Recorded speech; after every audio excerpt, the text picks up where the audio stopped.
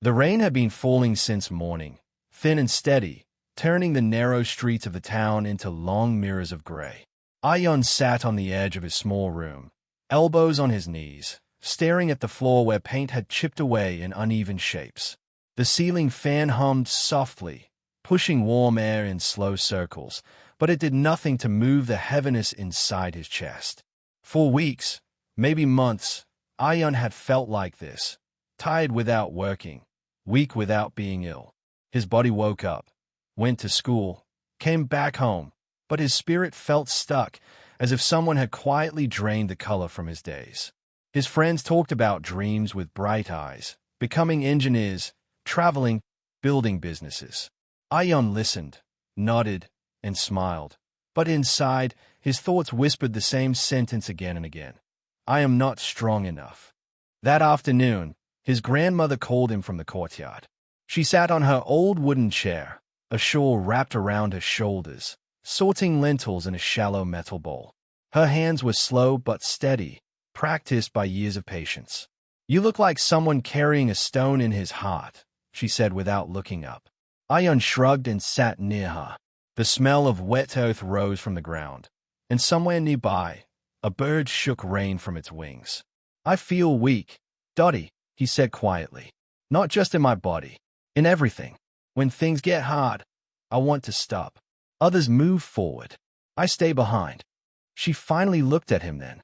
Her eyes were lined with age, but they held a calm depth, like a river that had seen many storms and learned how to flow through them. Come with me tomorrow morning, she said. There is something I want to show you. The next day, before the sun had fully climbed the sky, they walked to the edge of town where an old stone bridge crossed a shallow river. Mist hovered over the water, and the air was cool against Ayan's skin.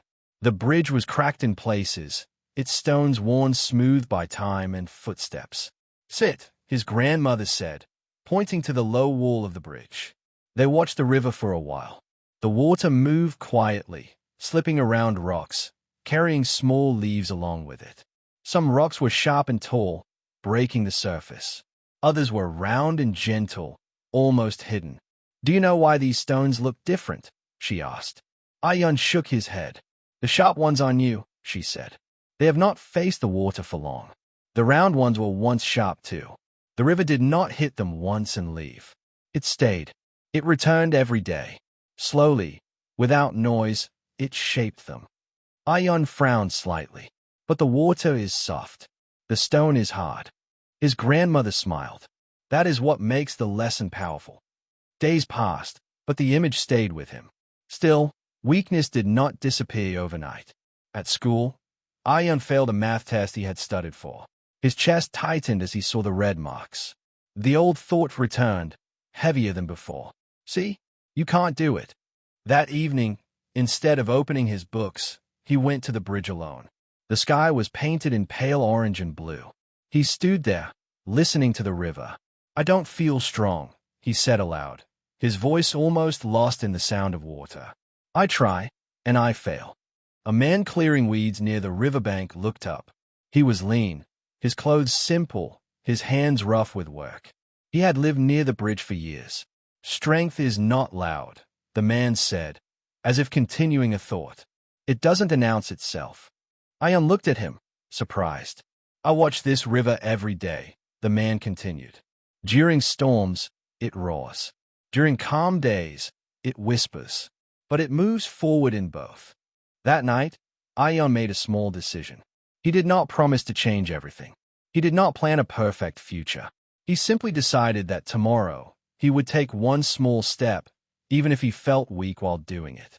The next morning, he woke up early and studied for 20 minutes before school. It felt uncomfortable. His mind wandered. His body wanted to stop. But he stayed. Just 20 minutes. The day after that, he did the same. Then again. Some days, he failed. He missed sessions. He felt tired. On those days, the old voice returned. But now, another voice spoke too. Quieter but steadier. The river does not stop because it meets a rock. Weeks turned into months.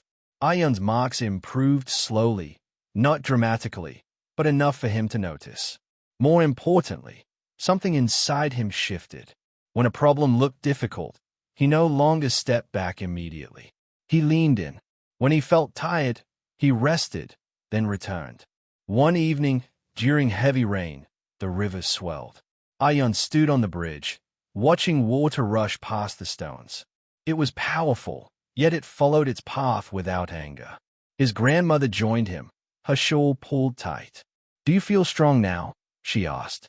Ion thought for a moment. "No," he said honestly. "I still feel weak sometimes." She nodded. "Good. That means you are listening to yourself." He looked at the river again and understood something he hadn't before. Strength was not the absence of weakness. It was movement despite it. It was showing up on days when motivation was missing. It was choosing to continue, softly, steadily.